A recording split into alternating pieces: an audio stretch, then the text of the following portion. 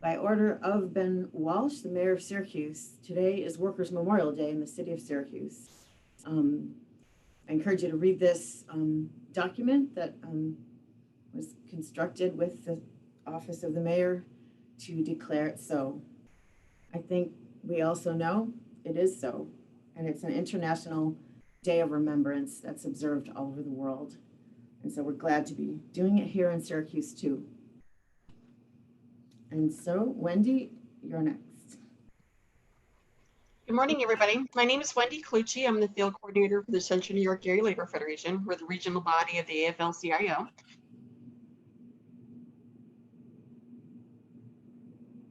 Families in 11 counties in Central New York, and welcome to Workers' Memorial Day. On Workers' Memorial Day, we remember those who have suffered and died on the job. We have lost and continue to lose too many workers because of COVID-19 and other workplace hazards. No one should die simply because we have to go to work. Under the law, every employer is responsible.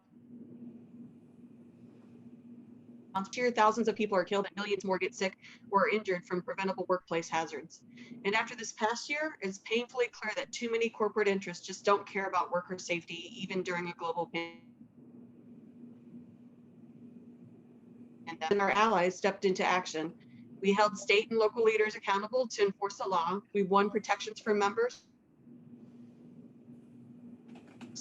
ventilation, and training. Unions are and always will be working people coming together to demand. And to honor those we've lost, we'll keep fighting on their behalf. And that's Memorial Day. You'll hear more about the program this morning from Brother Spatafor, the president of the Greater Syracuse Labor Council. We need to ensure that future generations will always have a strong voice in their workplace, that every worker has the tools to demand safer working conditions. Worker safety and worker voice go hand in hand, and that's why on this Workers' Memorial Day, we want to thank our senators for voting yes on the PRO Act. Right now, we'd like to acknowledge all of the electeds that are joining us. So far, I've seen Senator Mannion, Assemblywoman Donna Lepardo, and we've got Sherry Dozer Owens from the State Controller's Office. So thank you very much, everybody, for joining us. And State Senator Shelley Meyer is here. Is there any other electeds that may have popped in that I've missed? Feel free to introduce for being part of this, and thank you being part of the solution.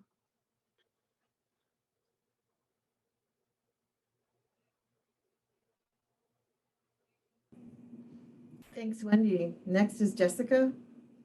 Just gonna move right through. Okay, so my name is Jessica Maxwell. I'm the director at the Workers Center of Central New York. We have our offices here in Syracuse.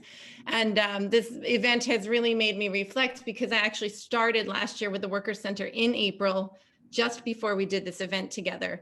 So a full year later, I don't know if we really knew what we were in for, but I know already in that conversation last year, as labor organizers, we already knew we were in for a tough year and we're gonna have to really step up. And I think some amazing work this year. If you're not familiar with the Workers Center, we're not a union, but we are a membership organization. We're a grassroots organization with a focus on workplace organizing and economic justice. And we build power, especially among low-wage workers and immigrant workers with a large base in the farm worker community. We provide trainings on workers' rights, occupational health and safety, and we do leadership into campaigns to fight at the work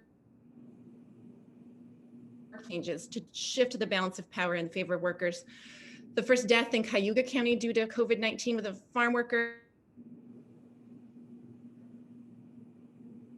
here in upstate New York with the Green Empire greenhouses, of course, in Madison and Oneida County, where workers were being housed supposedly in a temporary situation, but since it was going on for more than a year, I don't know how temporary that is, where they had workers 4 to a room, doubled up in hotels, months into the pandemic when we already knew about social distancing. And 2020 was supposed to be the year we were finally implementing the new Farm Laborers Fair Labor Practices Act, a victory that was years in the making, overcoming a racist legacy that excluded farm workers for way too many years from basic labor rights and protections. And yet the Green Empire situation, I think, really brought it home to us how much work we still have to do to make sure these critical labor rights and protections are actually getting implemented and being enforced, and really have our work cut out for us. But the other piece I want to really highlight, the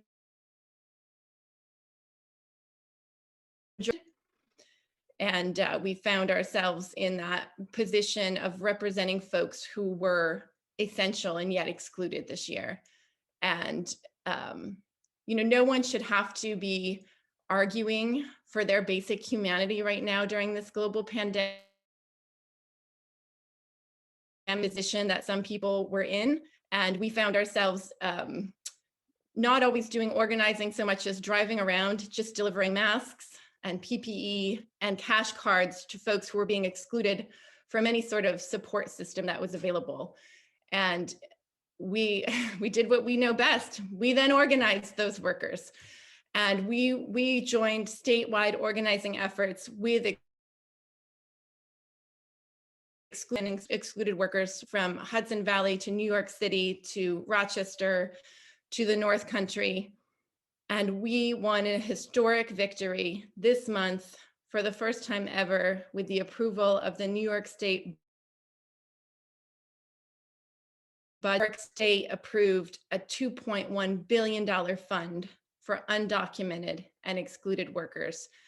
And while on the one hand, that fight never should have had to been fought, because this is a global pandemic and nobody should be left behind and left out of relief, we did fight that fight and we won that fight. And we're really proud that we won that victory for excluded workers to get the relief that they need to during this pandemic.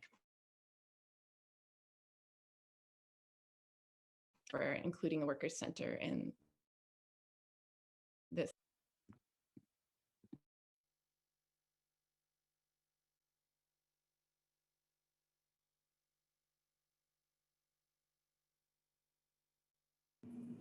Thanks, Jessica. I think we're having a little bit of technical difficulty keeping the large group, together in Zoom.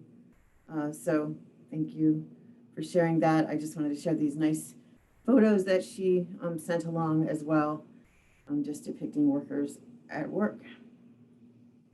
And so next we have Deborah, who's ready to speak about how she came to create this lovely, inspiring painting. Good morning, everybody.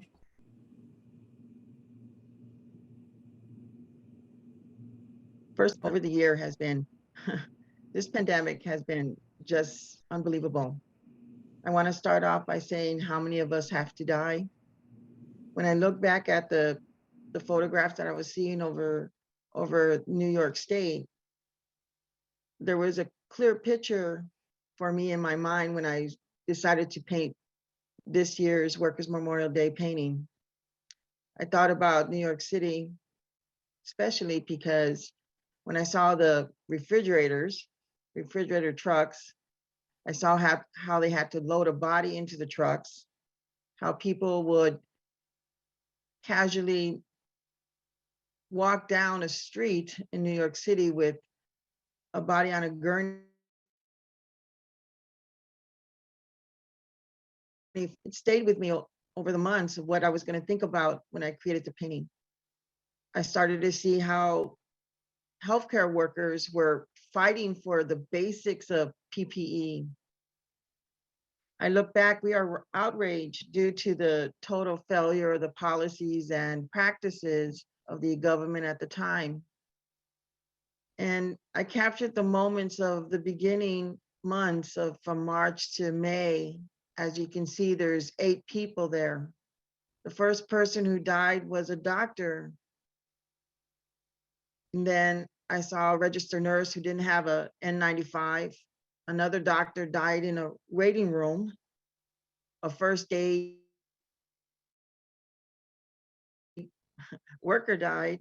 The next person was an attendant, a room attendant in a hospital. He died. Another nurse dies. Here you have a 9/11 medical person who survived 9/11 but died of COVID in April. And then you have the last doctor that really stayed with me, NYU, for 50 years at a cardiologist. He passed away of COVID. And then looking at all the faces that kept popping up on the news about all our nurses, how their masks were so tight on their face, made indentions on their skin, you know, because they were scared of this deadly virus. I look back at all the workers who, from the grocery stores, when you walked in there, it was just a scary time. I would look at the mask being thrown on the ground. It just stayed with me. But most of all these workers, these frontline workers, deserve our respect for what they have done. I will always think about the nurses and their comments of making statements like, I'm 23, I have a son, and I need a will. I have friends who are registered nurses who talk about, we have to save our N95 mask in brown bags. How sanitary is that?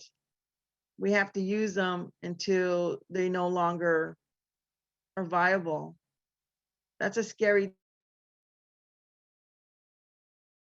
thought, even right now, because it's still happening.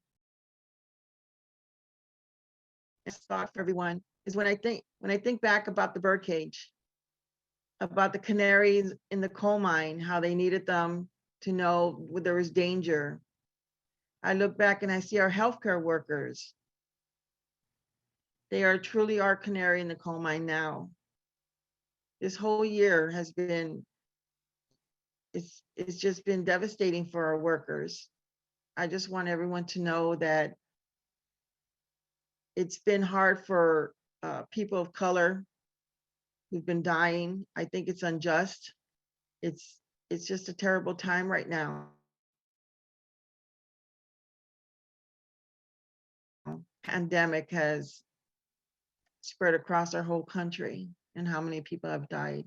I just wanted to share this moment with all these photographs that I have seen across the, you know, across our state, that we won't forget them ever. I'll leave it at that. Thank you. Thank you, Deborah. And thank you for your contribution each year, and moving painting for us to think about. Next is the part in the time when I usually like to point out that very often when we think of Workers' Memorial Day, we're talking about injuries, acute injuries on the job that cause an accident, if you will, though they're not really accidents because they could have been prevented. Unfortunate circumstances that happen. And we like to point out, because we're a clinic that has the mission to think about occupational disease, that if we were to take into account occupational disease in a normal times, we would have 6 to 10 times higher the fatalities from injuries. And we'd be counting just a lot more workers than we are going to name today. And that conversation changes a lot when you consider this infectious disease that has taken over as the #1 exposure to workers all over the place. And so we have the usual deaths of 5,000 or so across the country, and 95,000 deaths from these long-term exposures, possibly. These are all estimates because we don't have a very good handle on data in this field. For usually social and political reasons, that kind of data that connects work and health is obscured, very often obscured. And so if the mantra around the data is anything, it's untracked and unknown. We have an unknown number of work-related deaths from COVID. Even though we're trying to be responsible and track who has died, it's very much hit and miss, and journalists and people and the community, and it's not well collected. It's not well tracked. So that alone is a serious problem, obviously. So all year we've been learning stuff though. And so we learned about droplets and we learned about various sizes of droplets. And we learned about masks being important along with social distancing and personal hygiene. Social distancing took up a variety of things like standing 6 feet apart or just not having gatherings, not going out of our homes nearly as much as we used to. And we have known early on, if we were paying attention to science, that this virus is aerosolized. It is transmitted in aerosol form, means much smaller particles. Then later on, it was finally more acknowledged by our government health organizations. And so that alone is a very big mismanagement of information and caused a lot of confusion among the public. So here we are. We're in a springtime and we are told by our institutions that we've got this. And yet, you know, there are some good things around the corner. Our nurse from last year who was just dumbfounded to have to put on all this stuff is now getting vaccinated.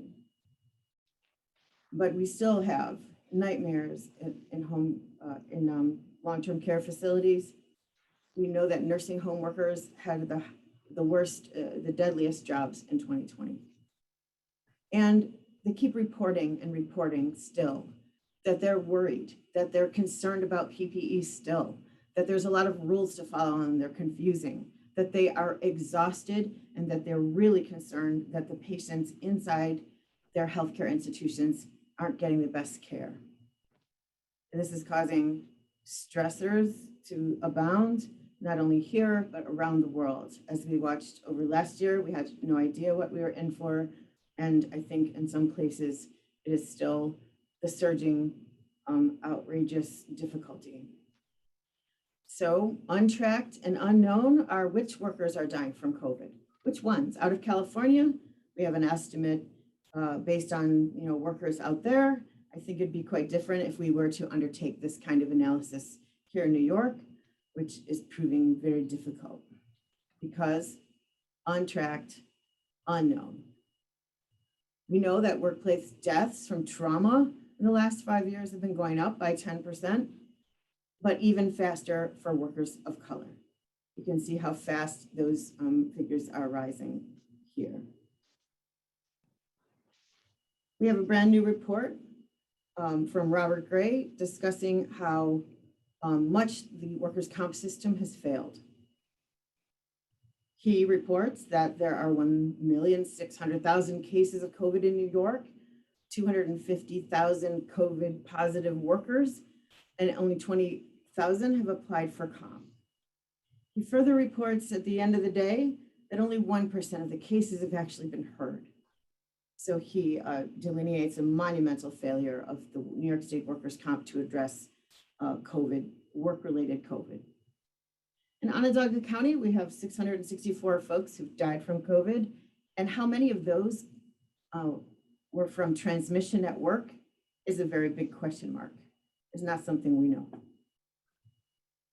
And so we keep hearing about the disparities. They're real.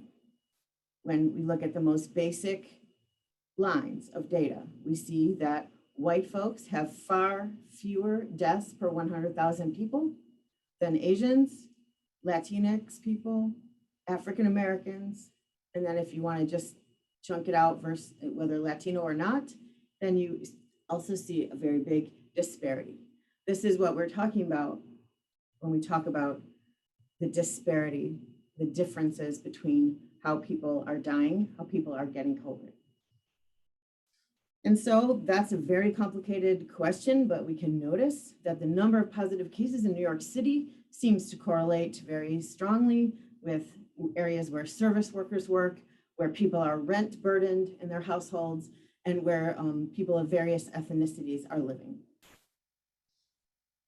Most interesting of all, and it's hard to know what to make of it, is the fact that, our government isn't doing a very good job of putting the data together.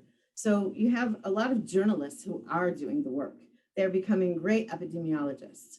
We have continuous projects to try to track every worker who dies because there isn't any other way of doing it. You have to just do it through a journalistic search.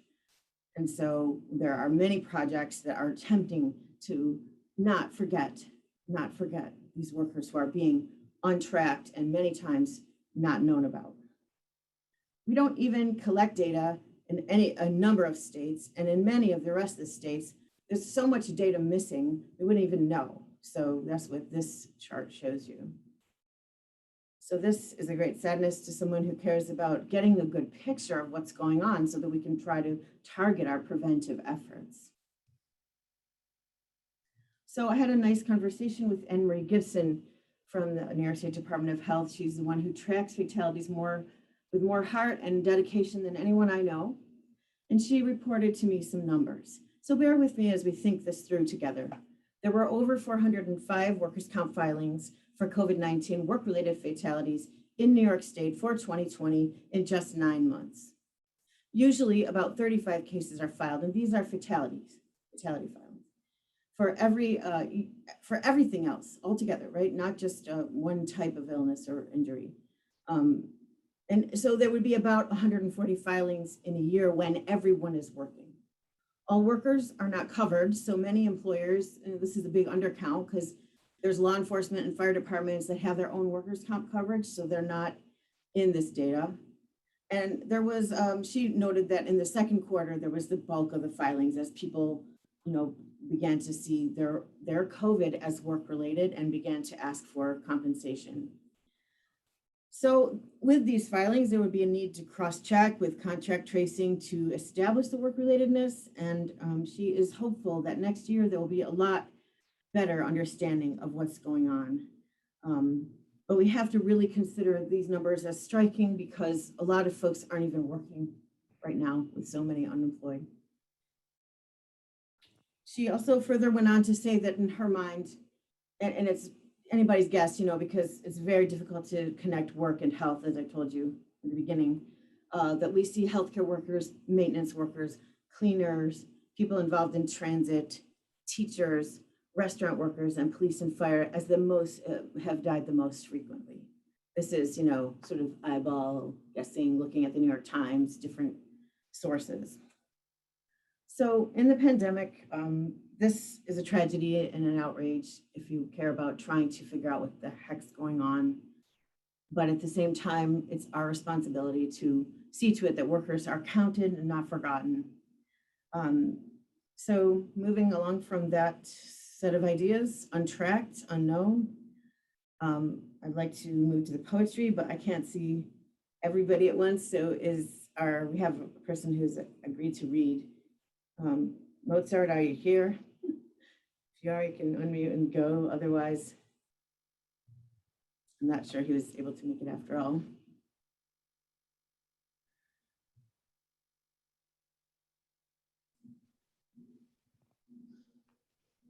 So I think he's not here. He was willing, and then I think something came up. So this poem, I'm not going to try to read. I looked at a lot of poetry though, I'll tell you, it's quite an experience to go through and try to find poetry. You end up trying to write stuff yourself, and then that may not go well.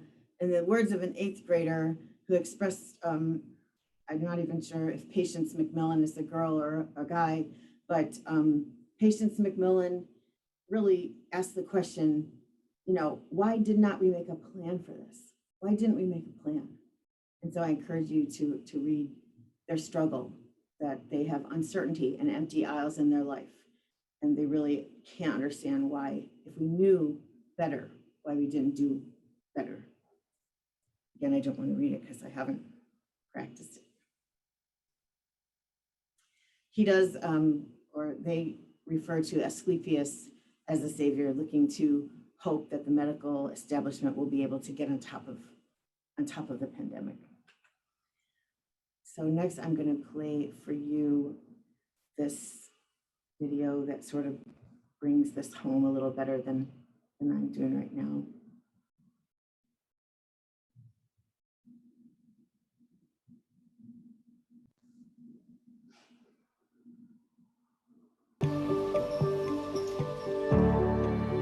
Perhaps a virus need not discriminate if the humans it is infecting have created systems that do the discriminating for it. If we are advised that our safest place is inside, then what of the people without an inside? If we must distance from even family, then what of the families who live in no-bedroom apartments stacked on top of each other? If school has moved from classrooms to the kitchen table, then what of the students without kitchen tables?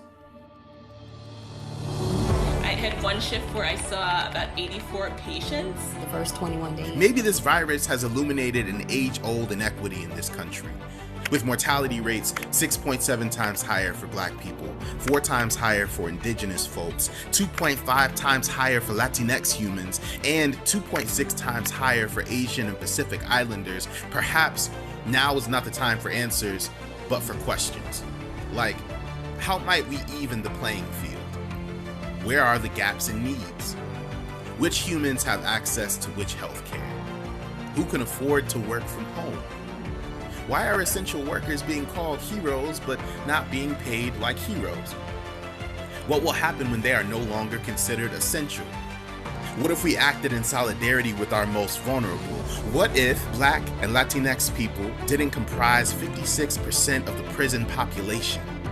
What if there was no prison to populate?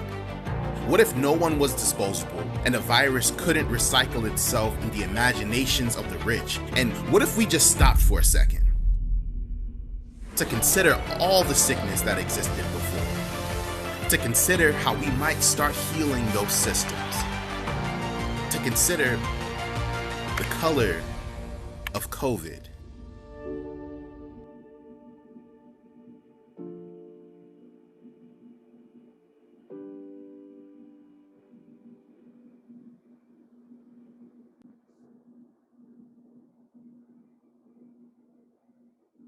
Yeah, I hope you could hear that. Sometimes technology gets the better of me.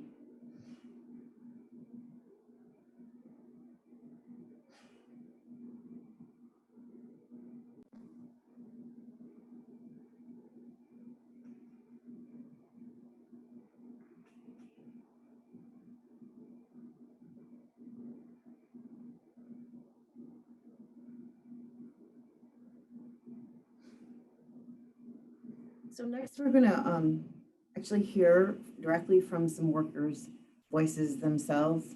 This is really in lieu of awards this year. The group really felt that, you know, we're all in this. There's not any one particular person who's particularly more heroic than others. So let me cue those up.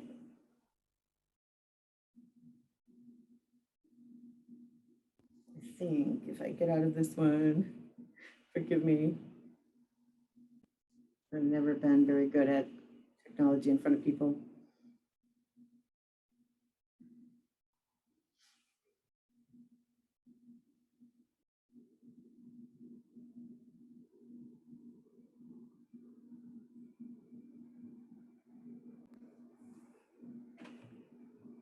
It's like not giving me what I want here. Hold on.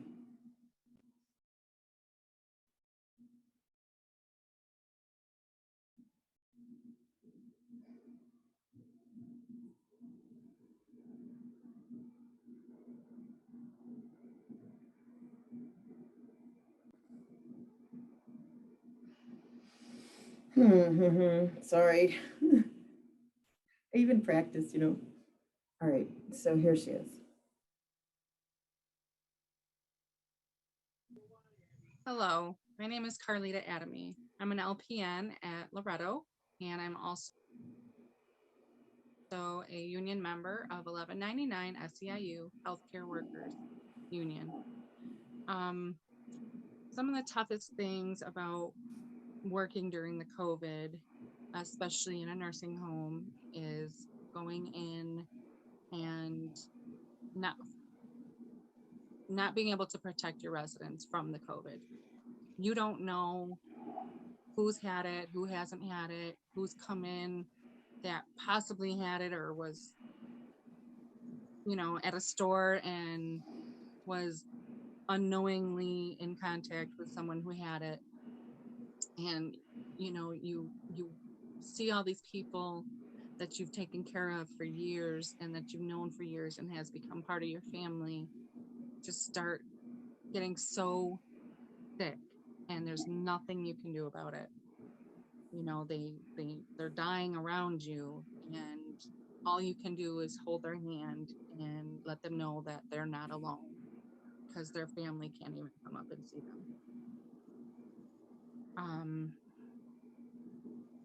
It's just a really tough thing to see, and have to be that person.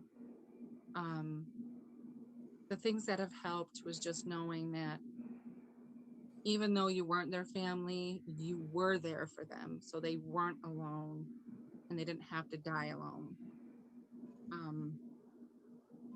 It helped to have, you know, your coworkers behind you and going through the same thing, so you could be there for each other and have someone, you know, to lean on. And if you needed to cry, you could cry together. Going forward, I would just really love to see everyone getting the COVID vaccine. It's scary, yeah, because it was done so quickly, but with the technology we have today and just knowing that it could lessen the symptoms that you have from the COVID, myself having had COVID and luckily didn't end up in the hospital, but the symptoms were really bad. And I was scared and thought I was going to end up in the hospital at one point, but I couldn't imagine all the people that end up in the hospital on the ventilators. And if they got the vaccine and could lessen that and not end up in the hospital, I mean, just imagine what that could have done for so many people that did die from it. So I just hope that, you know, people really think about not just themselves, but everyone around them and the people that they work with and work for, that they, you know, choose to at least get the COVID vaccine and work on that. Thank you. I'm Joe Bennett. I'm a science teacher in Syracuse City School District and a member of the local Syracuse Teachers Association and NYSIT. My biggest challenges this year was balancing educating students and the safety of students and myself. You know, figuring out how to getting close to students to help them with problems or collecting papers and finding social distancing activities and being in these shared spaces with shared technology and equipment. And also balancing pushing students to learn their best they can during all of this and being understanding of their needs at the same time. You know, I wanted students to learn science and love science, but I know that they were working, they were doing stuff like working to provide for their family, or they could be babysitting, or having issues with internet or technology and all the other situations they could be dealing with. What helped was our local union fighting kind of for our safety and fighting for things like better air quality and safety practices in our school. Teaching mostly virtual I felt was and still is, in my opinion, the best solution for balancing educating students and keeping everyone safe. Knowing that all students are in the same situation and will be behind, while also making the situation as easy as I could for them, and also just being vaccinated, I think was pretty helpful. What I think we need, or what I think we need or want to see happen now, I think we all need to realize that students will be behind no matter what, and we need to do our best to adjust for the future. We need to give students and families the much needed supports to not only survive, but to thrive. And I think students hopefully should be vaccinated as soon as they're eligible. And then lastly, I think teachers need to be more appreciated, just like they were right after the pandemic occurred, along with all the other workers in society that were deemed essential at that time. Thank you. Hi, I'm Just want to mention for a moment that we mourn Bill Scott's passing, along with the whole labor community and the city of Syracuse and the schools and the students and the teachers, his members and his family.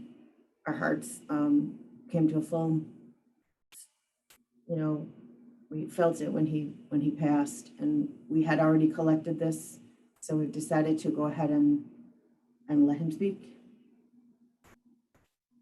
I'm Bill Scott, and I'm president of Syracuse Teachers Association. We represent 3,100 union members in the city of Syracuse. We serve 21,000 students in the Syracuse City School District. COVID has presented a lot of challenges to educators. Our main focus as a union has been focusing on the balance of getting kids into school, but keeping staff and students safe along the way. There's been a lot of discussions as we adapt and face the challenges of COVID and try to incorporate ever-shifting guidance on what keeps people safe so that we can get the students back. Because again, our teachers have wanted the students back since the beginning. Our primary focus has been, how do we do that safely? What's helped us as we've gone through these trials is working together as a union, using that union voice, getting the brothers and sisters together to make sure that we are collaborating with the district and with the county executive and making sure that our voices are heard. Sometimes we found it really challenging that our advocacy was not heard. And what we did in those cases is make sure that our individual voices became a chorus of voices. We had people reach out to the superintendent, the school board, and the county executive to let them know that it wasn't just the union's initiative and agenda alone that was being voiced, but these were the voices and concerns of the people that were on the front lines doing the work. What needs to change as we move forward, we need to make sure that we continue to implement that chorus of voices. It's very important that our leaders, be it the district or be it the county executive, understand that as a union, we are the people on the front line doing that work. We have concerns that need to be addressed and need to be heard. And that if you listen to the concerns of the people on the front line and you work to address them in a time of crisis like this, it offers them the reassurance that they have, that they need, that they deserve to move forward and do the work safely. Without that, people are operating in a vacuum and they're very much nervous and apprehensive about the task at hand. So going forward, let's continue to collaborate. Let's continue to be union strong. Thank you.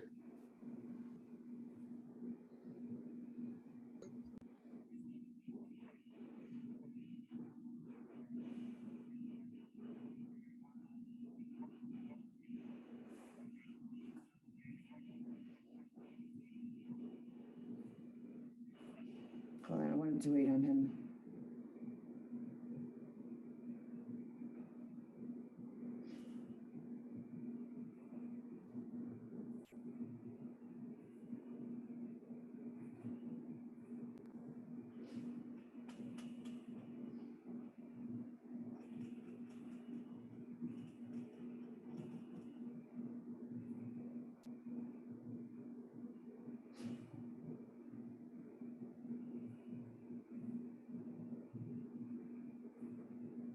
Let's have a moment of silence.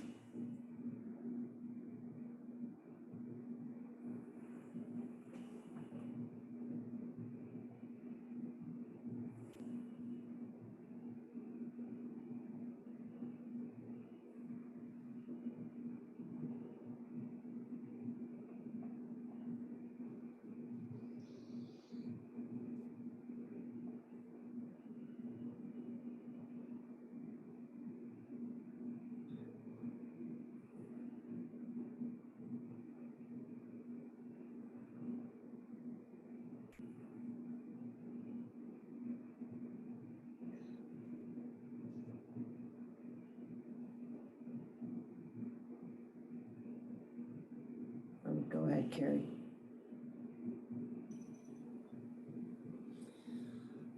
Cole M. Wood. Tony Allen Horton. Patrick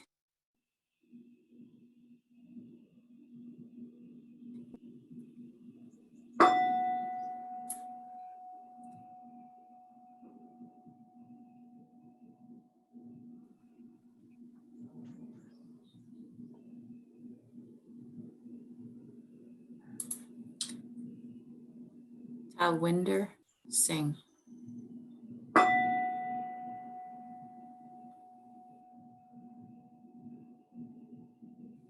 Peter D. Clark, Jr.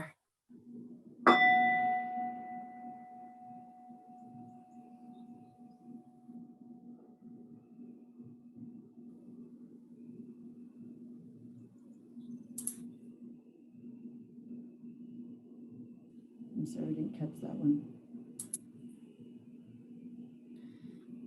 Anna Williams.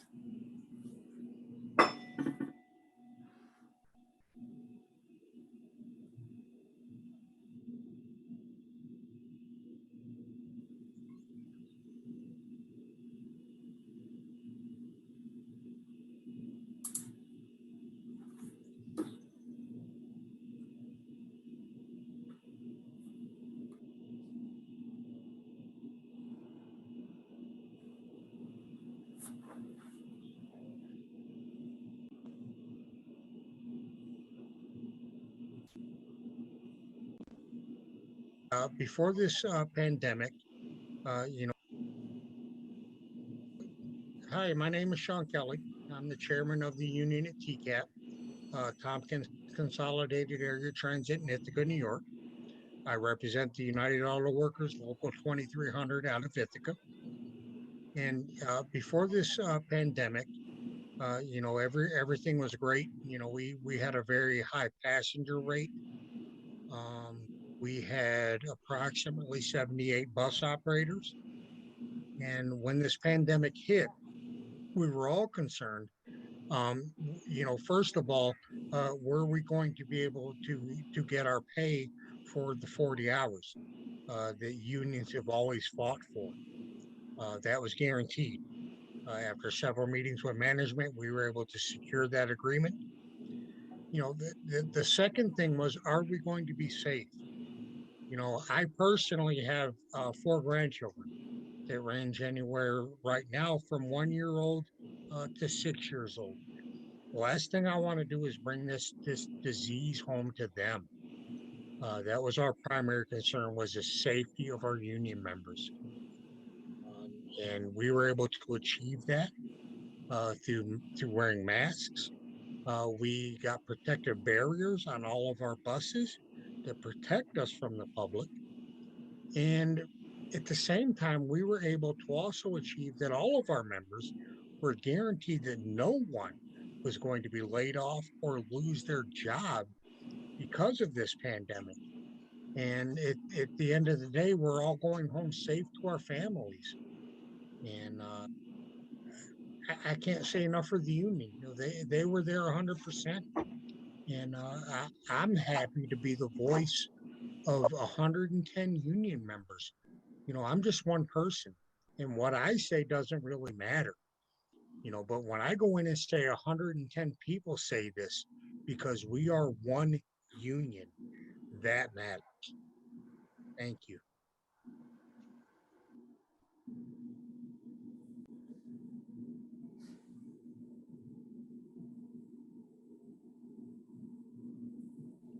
Charles Coss.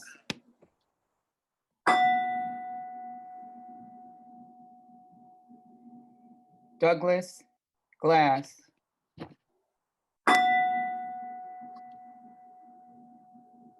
John Busher.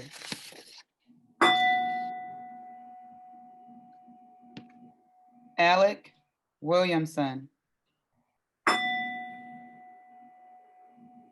Ron Byron. Garrett Blackwell.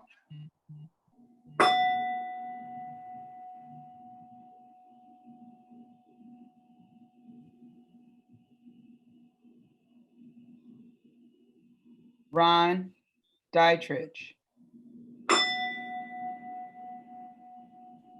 Rudy Hirschberger.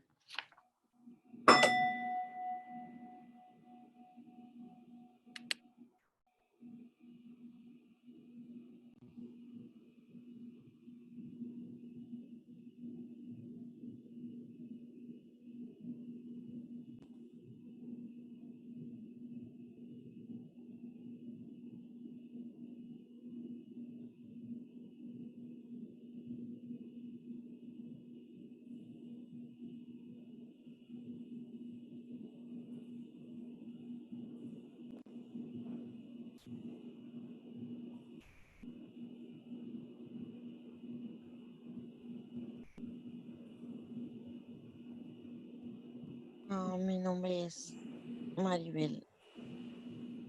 Trabajo en una empacadora de manzana.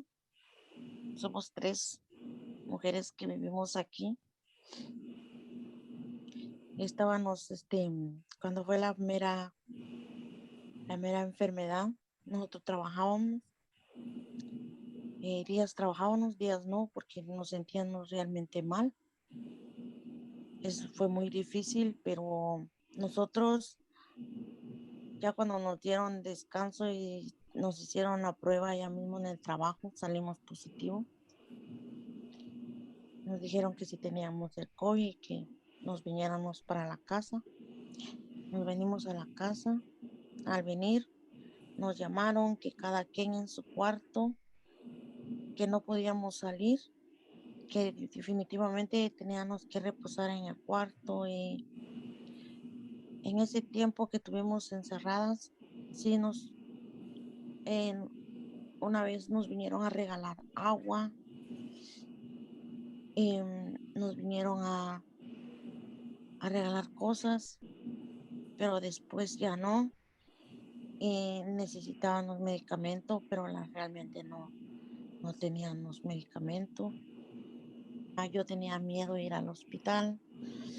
Estuvimos tomando puros remedios caseros porque no teníamos idea qué tomar. No tomamos medicamento que era directamente adecuado para eso porque no sabíamos qué remedio era. Y otro, no teníamos idea qué era el COVID, qué era lo que nosotros realmente teníamos. Fuimos solas, cada quien en su cuarto, entonces nos turneábamos. Un rato cada quien salía. Cuando salía esa persona, nosotros no podíamos salir porque realmente hay niños, teníamos niños aquí. Realmente lo que quería era curarme. Yo no quería estar enferma porque realmente yo lo que quería es trabajar porque tengo mis hijos. De eso no me quedé bien. Eso, a veces también me enfermo. De eso me quedó el dolor de cabeza. Hay días estoy bien, días no. Días tengo mucho dolor de cabeza. Días voy a trabajar, días no, porque en el trabajo ya me dijeron que si tengo dolor de cabeza me tengo que venir para la casa, no me puedo quedar. Tengo realmente muchos motivos para salir adelante. Realmente son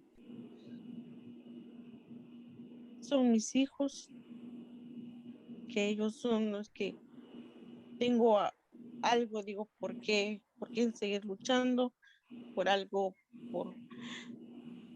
por qué seguir? Eso es todo. ¿Qué quisiera que cambiara, ya sea en el gobierno o en la área de salud, para evitar que esto siga pasando? Que el gobierno se preocupará por las familias que realmente lo necesitan. Hay muchas que somos madres solteras, aunque vemos que una puerta se cierre la otra, pero aún así nosotros seguimos luchando.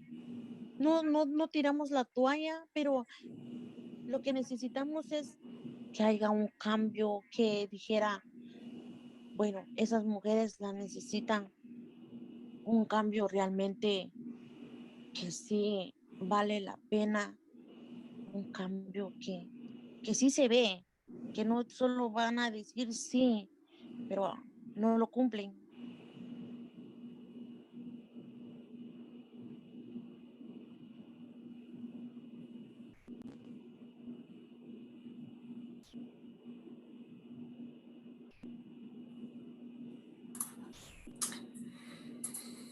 Margaret Allen.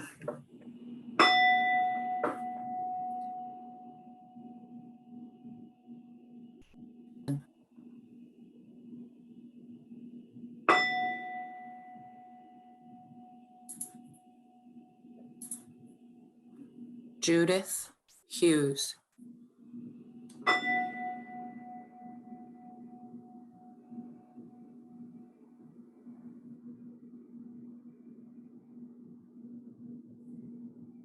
Evie Kunle.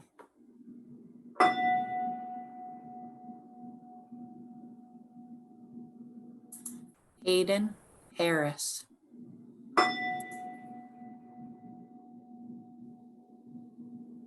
James Cowles.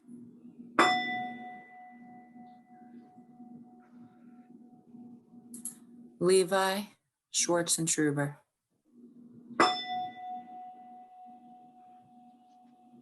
Guraj Gill.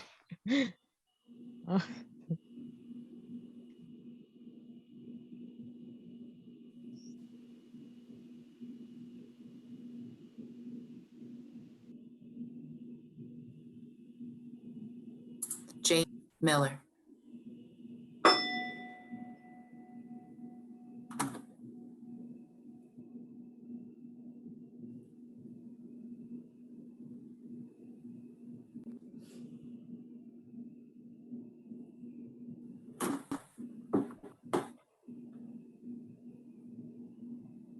Thank you.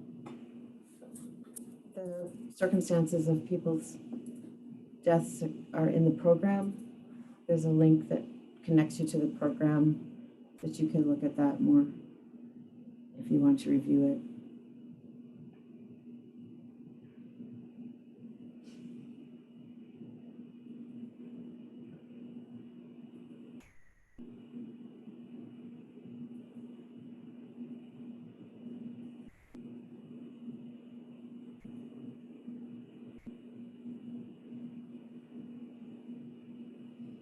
So as Maribel has encouraged us, knowing all that's gone on, or even what we know from what we can't know, we have to move from knowing to action. And so the rest of the time that we have together will be spent thinking about action next. I've already heard people promoting, speaking about the vaccine as a potential partial solution to COVID. And we are already, by being here, part of a large group of people around the world who are talking about promising that we are going to work for safe jobs for all. And so we've thought about the unions and what they may be able to accomplish. And now we're going to move through 3 speakers who are going to give us some action.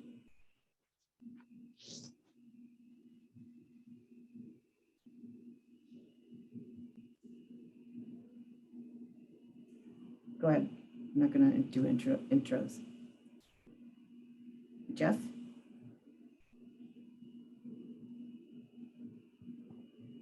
Good morning. Thank you. Everybody can hear me. I just thumbs up for something. Sure it's working. Okay. So good morning. My name is Jeff Prebish. I'm from the Syracuse area office for OSHA. Thank you again for having me. Every year sit through this program. It just reminds me how important the work that we all do. Every year on April 28th, we remember and honor all workers who've lost their lives on the job. More not just for those including the families, coworkers, and communities.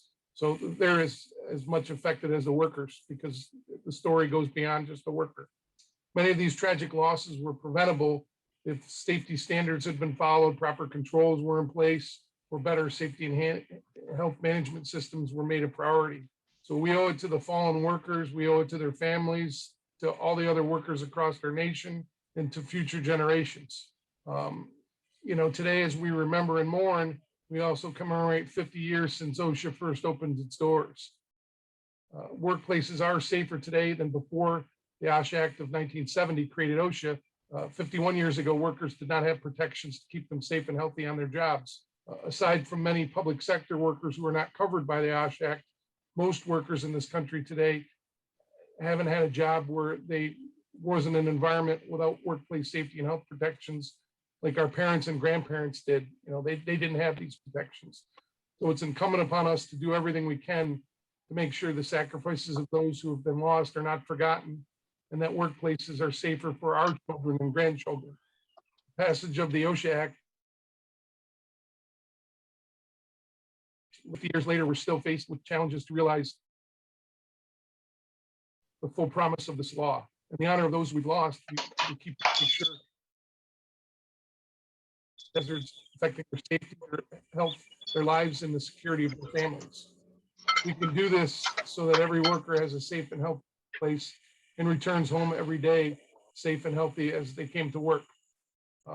As the pandemic has highlighted, OSHA's mission now is more important as it's ever been in the agency's 50-year history. More than half of people in the country have died from COVID-19. Essential workers have put their lives on the line during the pandemic. Many were sickened or died as a result of just going to work to do what they had to do to support their families. And too many lives have been forever changed as a result of COVID-19. As we continue to work to protect workers from COVID-19 and ending the pandemic, we need to think about how to improve workers' safety and protections to meet the challenges ahead. From the very first day on the job, every worker is entitled to have a safe and healthy workplace that is free from hazards. It's not a privilege, it's a right that every worker has. It's important to be safe at work, regardless of what they look like, where they come from, or what language they speak. We have to make sure that every worker knows about their rights and what to do if they believe that their safety and health is not being protected, and ensure that understand. Every worker must be protected and feel empowered to raise concerns when their workplaces are unsafe, and every voice must and deserves to be heard. When employers and employees work together, and when workers understand their rights, use their rights without fear of retaliation, workplace deaths, injuries, and illnesses can be prevented. Once again, thank you very much for having me here today.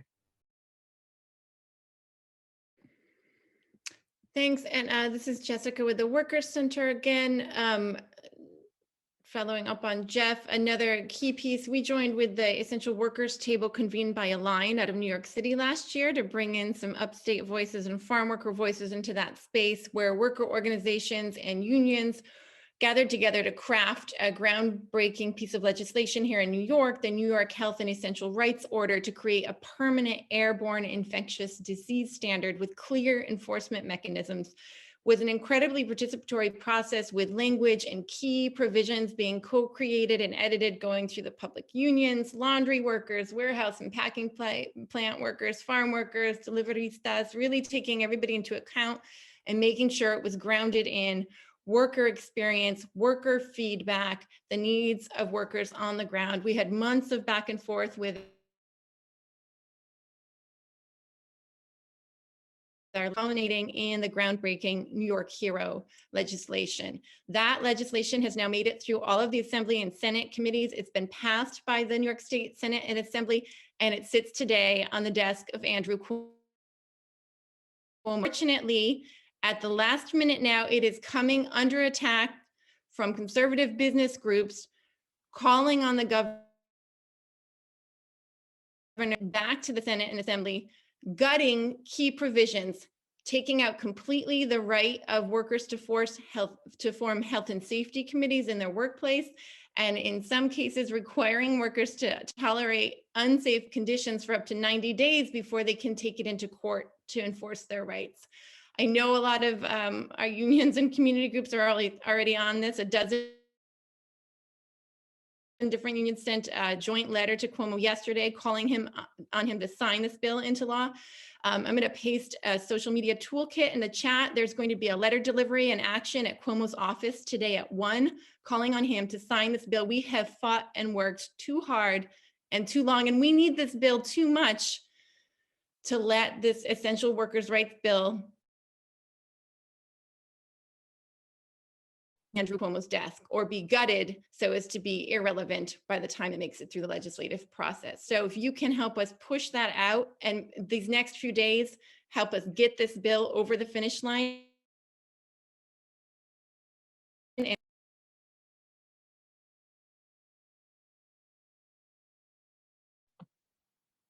Is it my turn? Okay, great. I'm Mark Spatafor, president of the Greater Syracuse Labor Council, and Workers' Memorial Day always pisses me off. And the reason it pisses me off is because it's a reminder every year of how we have a society that values capital over labor. And for us, there is no wealth without labor, without people doing the jobs that they do day after day. And the fact of the matter is that they take their wealth and put workers in positions where they could die. It's just, to me, it just reminds me of this fight and the struggle that we have day in, day out to try to get a measure of justice. a justice not only that we talk about in our workplace, but also what Jessica just talked about, about workers that are unseen, especially when seeing the videos that were just shown, how we get our food to the table. We always talk about workers wanting to put food on the table, how it gets there, the process it goes through. These unseen workers, again, is exploiting the work of people day to day, exploiting they came from and what have you, in order so that basically people can sit on that shining city on a hill and look down.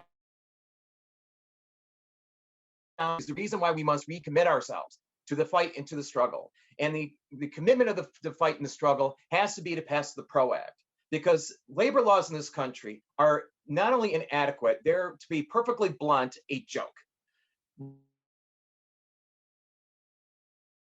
And the remedies within the law are so weak, it's almost like the employer should just go, hey, do you want us to pay the fine up front?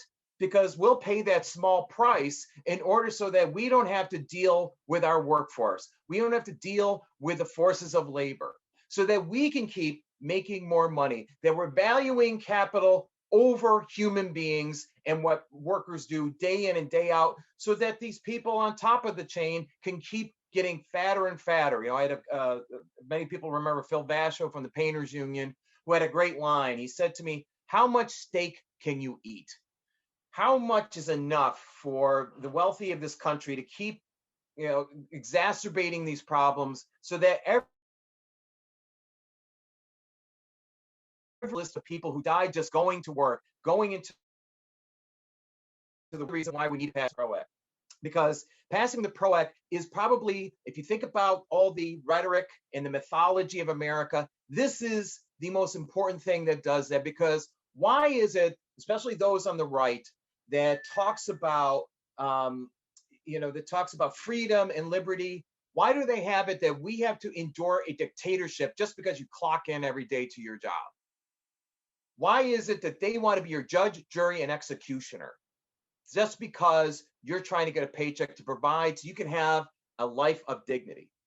And that is why we must fight to pass the PRO Act. I'd like to thank the Syracuse Common Council for Monday for passing a memorializing resolution, endorsing the passage of the PRO Act and encouraging it. It's incumbent upon every single person on this call to talk to your friends, your coworkers, neighbors, family, whomever, about why we need to pass the PRO Act. What it is to protect the right to organize act, and that the fact of the matter is, until we grow the labor movement, until we have worker organizations that pass, they can standard of living for everybody, keep having all those other ancillary problems are all connected.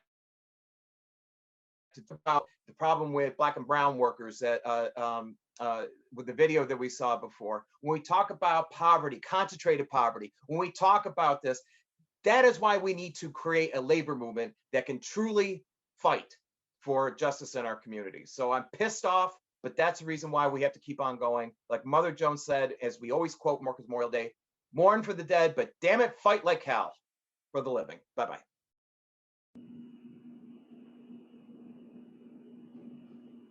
Well said, Mark. Thank you. I think the last thing I just want to conclude with is a big thank you for putting up with the technology and how we're doing it this time. But if you're left with the feeling of, wow, I resonate with all of this. This makes sense to me.